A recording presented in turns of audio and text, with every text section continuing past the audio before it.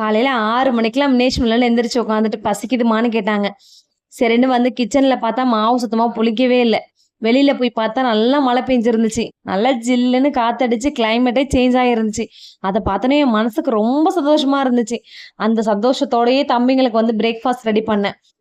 இட்லி ஊத்தாம தோசை தான் ரெடி பண்ணிட்டு, கொத்தமல்லி சட்னி ரெடி பண்ணியிருந்தேன். மினேஷ்க்கு சுத்தமா கொத்தமல்லி சட்னி பிடிக்காது. எப்படியாவது அவங்க 2 பேருக்கும் மேனேஜ் பண்ணி ஊட்டிடலான்னு சொல்லிட்டு ரெடி பண்ணிட்டு இருந்தேன். அவங்க 2 பேரும் கடைக்கு கிளம்பிட்டாங்க.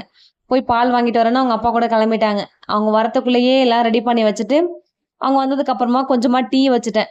தோசை சாப்பிட்டதுக்கு அப்புறமா டீ குடிச்சோம்னா செம்மையா இருக்கும். அந்த மாரி காம்பினேஷன் யாருக்கெல்லாம் பிடிக்கும்னு மறக்காம கமெண்ட் பண்ணுங்க. காலையில பிரேக்ஃபாஸ்ட்ட முடிச்சுட்டு, பைனாப்பிள் கொஞ்சம் பழுத்து இருந்துச்சு. அத கட் பண்ணி கேட்டாங்க. தம்பிங்களுக்கு அத கட் பண்ணி சால்ட் வச்சு பழம் குடுத்துட்டேன். இப்படிதான் இன்னைக்கு என்னோட வொர்க் ஸ்டார்ட் ஆனுச்சு. புடிச்சிருந்தா லைக் பண்ணுங்க. மறக்காம நம்ம சேனல சப்ஸ்கிரைப் பண்ணுங்க. நாளைக்கு ஒரு வீடியோல பார்க்கலாம். பாய்.